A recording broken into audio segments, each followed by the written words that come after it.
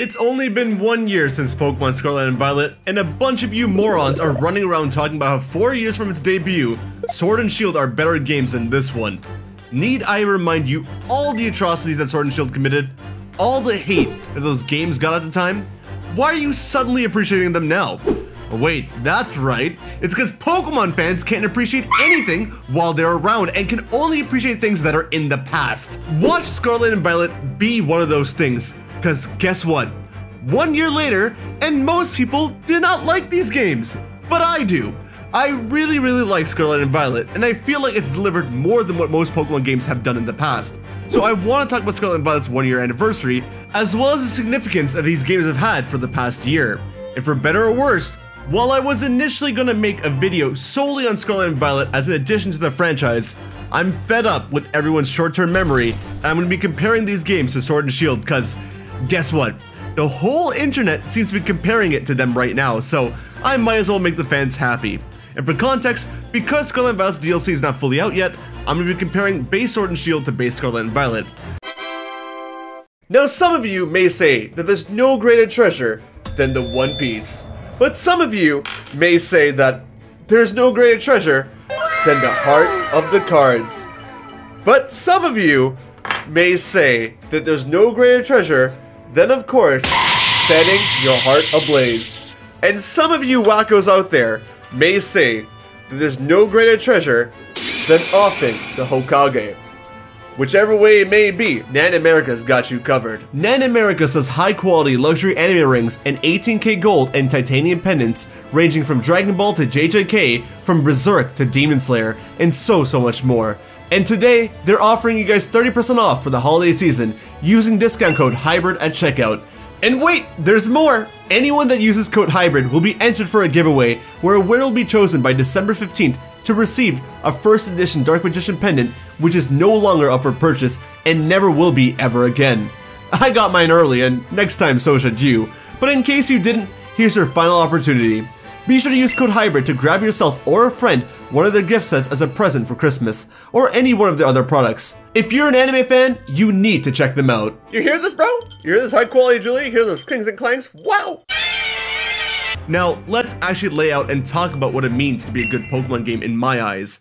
Pokemon to me has always been about exploration, but in terms of the game's improvements, it's always been about innovation. The first 5 generations in particular are renowned because, for their time, for the systems that they were on, they just kept pushing and defying the limits that we thought handheld gaming at the time would have. Gen 1 and 2 are perfect examples since they literally pushed and used up all the memory that they could to make those games happen. The Game Boy and the Game Boy Colors were pushed to their limits, and there were no other games like it at the time, which is why they were the talk of the town back in the day. When Gen 3, 4, and to an extent 5 came out, they were held in similar regards. Whether it's true or not is not the point, but the general fan reception has been mainly like this for the first 5 generations of Pokemon, meaning that the fans could see the improvements of the games in each generation. Since the switch to the 3D era in Pokemon, this has not been the case, but there has been such innovation with Gen 6 and 7, and more recently and most importantly, and with the most innovative changes of all, Generation 9. But Generation 8, however, well, let's dive into it, shall we? Fast forward just over 4 years ago when Sword and Shield was first announced, and we got the announcement trailer for Sword and Shield. Brand new starters, brand new Pokemon, brand new graphics, brand new legendaries. Oh boy, they look so cool. I hope they have a good story. Oh my god, Pokemon can turn big. Oh my god, great music. Oh my god, new gym leaders. Oh my god, a new champion. And Charizard is back. Oh my god. Wow. Hype as hell, right? Alright, now you tell me, in what way is this any different from any of the prior Pokemon games? In what way did this trailer show or promise us any kind of innovation? Oh, the Pokemon get big? Okay, sure. Let's ask the competitive Pokemon players how they thought that was gonna go. But sure, I'll give it to you. The raid battles and the wild area are there, yeah, sure, but they weren't much. I'll touch on why that's the case later. But you tell me, what else did they really do differently? Yeah, that's what I thought. If you ask me, the Sword and Shield reveal trailer was actually a perfect representation of what Sword and Shield was gonna be. A whole lot of good-looking nothing. Aesthetically, these games are great, with an asterisk, I'll come back to this. They look bright, colorful, and fun. The music is banging, the cities and towns look so alive, and the gym challenge, easily the best in this series. There's almost no contest in terms of how great the gym challenge is. But, just like the rest of these games, the gym challenge thrives for one reason and one reason only: aesthetics and presentation. Okay, that may be two things, but you get my point. The entirety of Sword and Shield is a beautiful piece of nothing. The games look good, and that's it. There was nothing done to try and innovate the series. These games were literally, hey, we just gotta make a main series game on the Switch, now we just gotta make it a Pokemon game and make it Switch-like and make it look good, and yeah, we're done. Every other generation has done something to innovate the series. Gen 7 wasn't the best in terms of innovation, arguably. This is where they start to slack. But they had the Island Challenge, which was a way to shake up the typical format of the gym battles and all, and it worked as a breath of fresh air to the franchise, and these games in general were carried by its story. Gen 6 may have been Mega Evolutions and the start of the whole gimmick trend, but it was also the first 3D Pokemon game and did a lot in terms of customization and multiplayer functionality that changed things around. Gen 5 may have not been the most innovative again, but it had the strongest story in any generation, and on top of that, we did get things like triple battles, rotation battles, animated Pokemon sprites, hidden abilities, the Enter Link, the Dream World, the Pokemon World Tournament, and so much more. I can go on about every generation in this regard, but the trend is either the generation had to really change and spice things up, and if it didn't, it at least had a strong story to carry it forward. But what did Sword and Shield do that was so new to the franchise? Cause you and I both know that we were served a single piece of lettuce as a story, and that's all we got. And I'm freaking vegetarian, bro, and I'm still complaining. Raid battles? Okay, I'll give you that, though. I'd say it came from Pokemon Go first, but regardless, that still ain't much. These games had nothing in terms of lore, story, or characters. Yes, Hop and Beat had development, Hop in particular was great, but you talk about the rest of the characters and what do they have? Almost nothing. Rose is just evil just cuz. Sonya becomes a professor just cuz. We need to show the old gen hand over things to the new gen.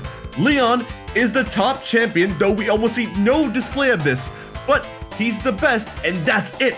You learn almost nothing about the gym leaders, maybe one or two of them, despite them being such a heavy focus in the games, and you're supposed to roll with it. There is zero, and I mean zero substance to these games.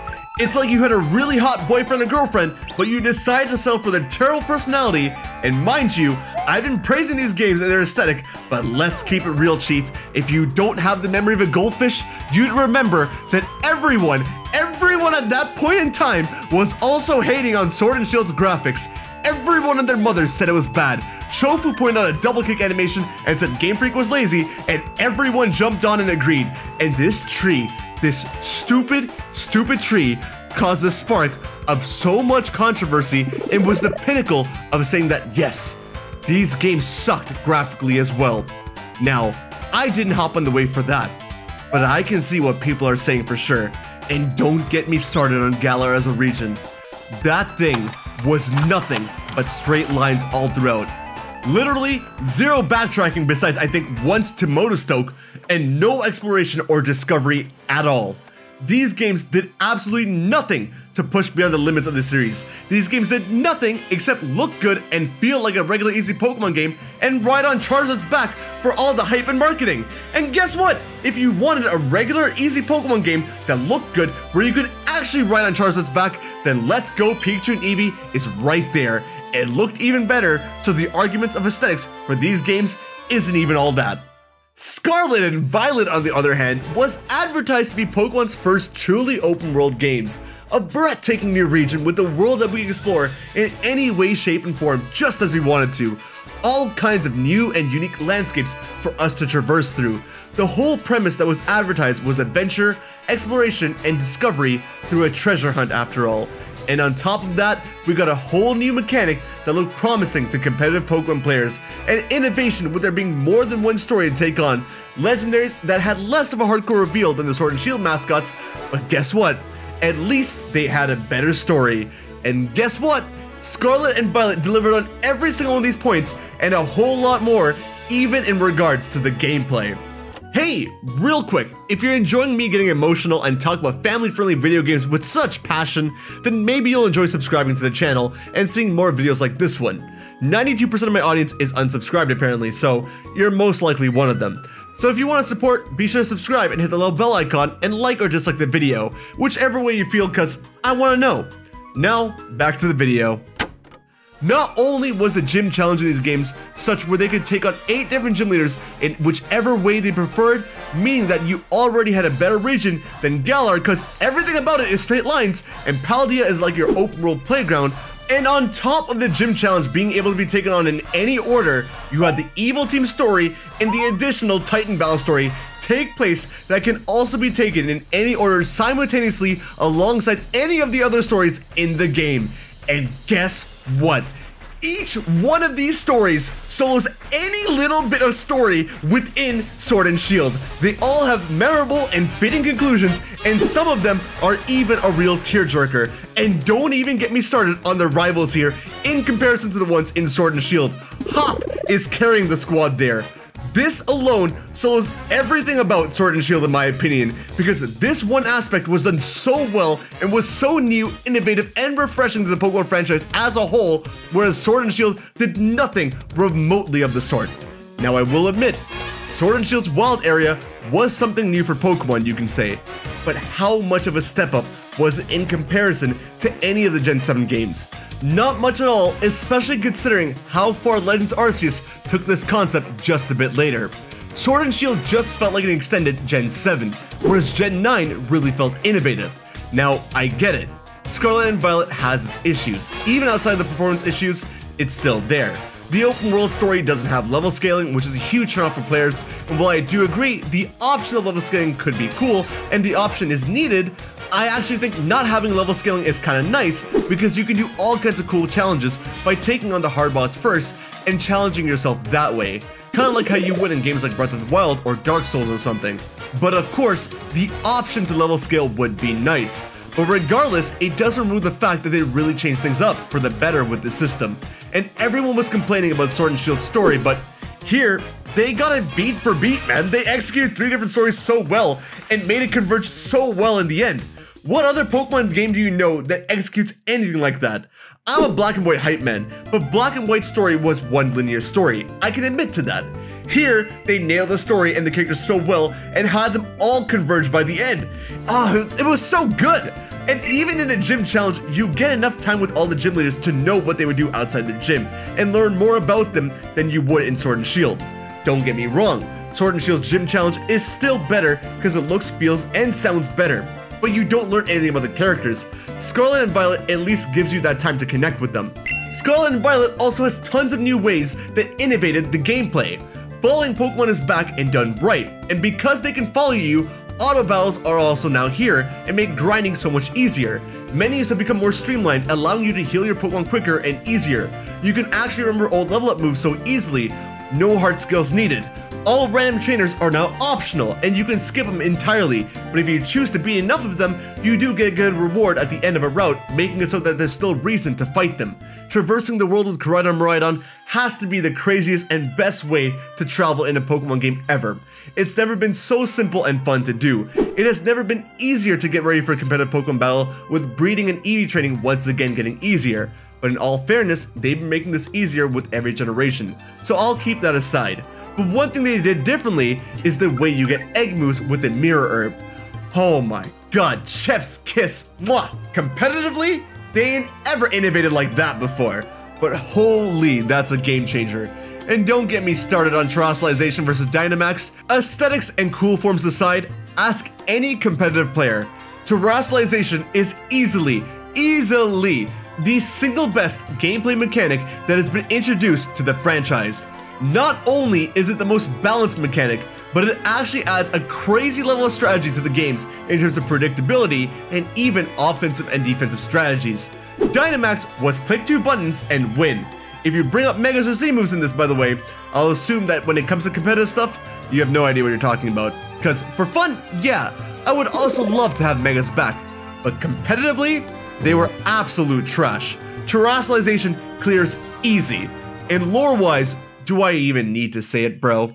Like Area Zero, the Paradox Pokemon, the Scarlet and Violet books, Sada and Turo, the last 2 hours of the game absolutely destroys, annihilates, Exodia obliterates anything Sword and Shield has to offer in terms of lore, DLC included. How is there even a debate between these two sets of games? I don't know. Well, actually I do know. People are complaining about 3 main things in Scarlet and Violet. The lack of town-city interactions with NPCs and all that good jazz, the performance issues, which is the main one, and the frickin' graphics. So let me make my case for all of these things, okay? I agree. I'm not so dumb and blind that I don't see the issue with these things. In fact, each one of them serves as a significant problem. I get it. But here's the thing. Pokemon's graphics have never been too great in the first place. When have graphics ever been the talking point of this series? Even Red and Blue is memed on because of how bad the sprites are, despite how far these games were taken. Let's Go Pikachu and Eevee are again the best looking games in this series, and again, Sword and Shield didn't even look that good in the first place. Does Scarlet and Violet look worse than them? I think it's 2 different aesthetics, so I wouldn't say for sure. But for the sake of argument, we can say yes, it does look worse than Sword and Shield. But whoop-de-doo, it doesn't matter because you people actually never liked Sword and Shield graphics to begin with. The performance issues are a genuine problem though. There's almost no defense for this. There's no reason a game should be running this bad from a company like Pokemon. And because of that, across the board, Scarlet and Violet are the lowest rated Pokemon games by news outlets and all. But if you hear the reviews, people will tell you that they had a great time with the games. They just ran poorly. But at the same time, I know that 99% of people, unless you're that one oddball or your name is JPR, you probably didn't have any real game-breaking experiences. Yes, the glitches were there, and they may have soured some parts of your experience of the game, but the rest of it was fine. And while again, I can't defend the performance, my argument is that at least you had a game to play. What did I have to play in Sword and Shield? I literally walked in a straight line and pressed A, bro. Scarlet and Violet, you at least had content. And I didn't even talk about Scarlet and Violet's multiplayer functionality. You could legit play your whole game with 3 other trainers with you in your game. Do you know what this meant at the time for the franchise? People were going crazy because this is like a dream come true. Why are you people so short-sighted? Yeah, you couldn't explore those towns and cities and all too much because admittedly, there's nothing to explore there because you couldn't interact with anything. And yeah, that's also hard to defend, but you know what? If it meant that I get everything else about these games, I'll take it because it's not like there were any crazy memorable buildings or things to do in the towns and cities in Sword and Shield anyways. If I had to ask you to think about what house you really liked entering in Sword and Shield, you probably wouldn't even know. In fact, this entire time, we all thought it was weird that you could go and enter anyone's house randomly in Pokemon, and now they've taken that away because we all said it was too weird. So, there you go. You got what you asked for. But regardless, all there probably was to do in that house was one NPC, talk to them, and one item. If that. And now all that has been taken outside for you to explore in the outdoors. But do I think getting rid of it is gonna ruin and really sour someone's experience? Because of everything we have to explore outdoors? Not really. Look, I'm not saying the Scarlet and Violet was perfect. I'm not even saying you have to like Scarlet and Violet over Sword and Shield. You can like Sword and Shield over Scarlet and Violet if that's how you really feel. But to sit here and talk about Sword and Shield as if they're the saving grace of the Nintendo Switch era of Pokemon games? I'm not having it. You want to give that to Legends Arceus over Scarlet and Violet, I will take it. But to do that with Sword and Shield, you either have poor memory or you just didn't like your experience of Scarlet and Violet so much that you're running back to the next most recent gen to cope. But as games with content, good writing, fantastic characters, proper lore and mystery, innovation, new gameplay mechanics as a proper step forward for the series as games that not only stand out from every other previous title, but also show me that there's a lot of promise and hope for this franchise, Scarlet and Violet absolutely demolishes Sword and Shield in every way. Yes, I will admit, Sword and Shield's wild area did lead into Legends Arceus, which did lead into Scarlet and Violet. That I can see, and that I can appreciate. Sword and Shield crawled so that Scarlet and Violet could run. If you're not part of that 1% and you're not JPR, but Sword and Shield, as the start of a new generation, was absolutely lackluster. A common complaint I heard about it back then, and a complaint that I can give about it even now, is that it was just Gen 7 taken and put onto the Switch. Literally, that was it. And honestly, that's all it really felt like. So I cannot, for the life of me, see how anyone can compare these games to Scarlet and Violet and say that they're better. It just feels like this is the same repetitive cycle that Pokemon fans go on about every generation. Hating on the new one and appreciating the old one just because they can't appreciate anything while it's there. And this time around, it was so triggering, not just because I don't like Sword and Shield, but because I know that Sword and Shield's marketing ran on hate. Everyone was hating on the games, and that's it. And I wasn't even there for it. I'm not gonna give you the whole rundown, but from July 2019 to July 2020, I wasn't at home, barely checked anything Pokemon related, and I didn't have access to my Switch. And despite that, I still know that everyone and their mother just talks smack about these games to the craziest extent that I have ever seen within this franchise. And I get it. Hindsight is 2020. Yeah. But guess what? This isn't hindsight. This is delusion. You're looking back at your memories and now it looks sweet, so you're comparing it to how you feel about Scarlet and Violet now. But watch. Just watch.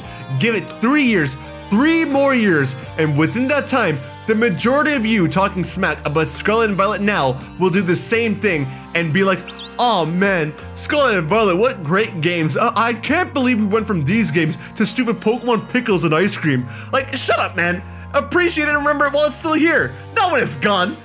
All jokes aside, I'm not saying this just for Pokemon. Honestly, despite everything I've said in this video thus far, Pokemon is just a game. And these are just opinions at the end of the day. It really means nothing, but for more important things, such as your family, your friends, your body, your mind, the experiences you have, the joys and miseries of life, everything, just about everything, your life as a whole. It's easy to look in the rearview mirror and say you appreciated and enjoyed those things. But did you really enjoy them while they were there? While they were there in present time? Appreciate it for what it is. Appreciate it and learn to enjoy what you have right now. Not when you're on your deathbed and you have to look back and only appreciate everything in hindsight.